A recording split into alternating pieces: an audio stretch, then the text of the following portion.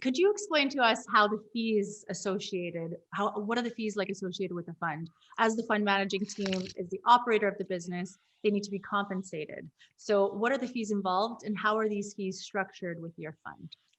So as I said this morning when we had a conference call with a big investor from Toronto, that our fees are too small, too low.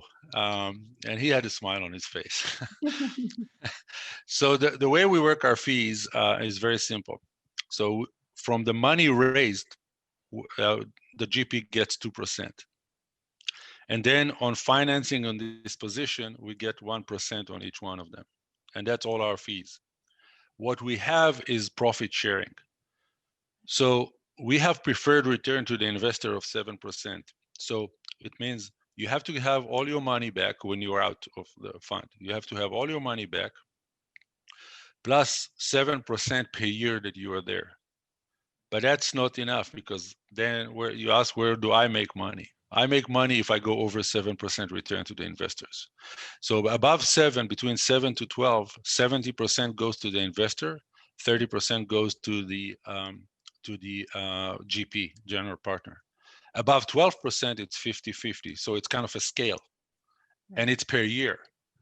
So my motivation is to go above 12, 15, 16, because that's the only time I make money. So that's my motivation.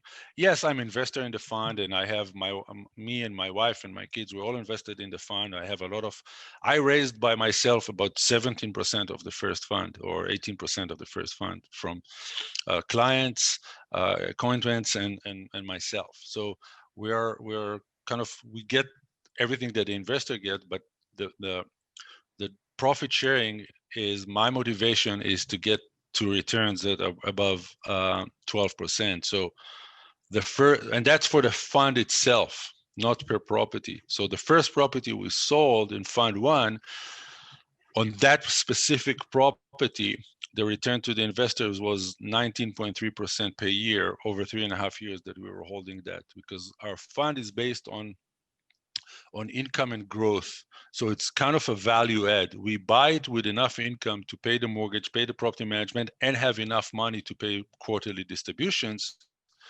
But a big chunk of money comes when we sell, because what we did is we bought it with a little bit of vacancy.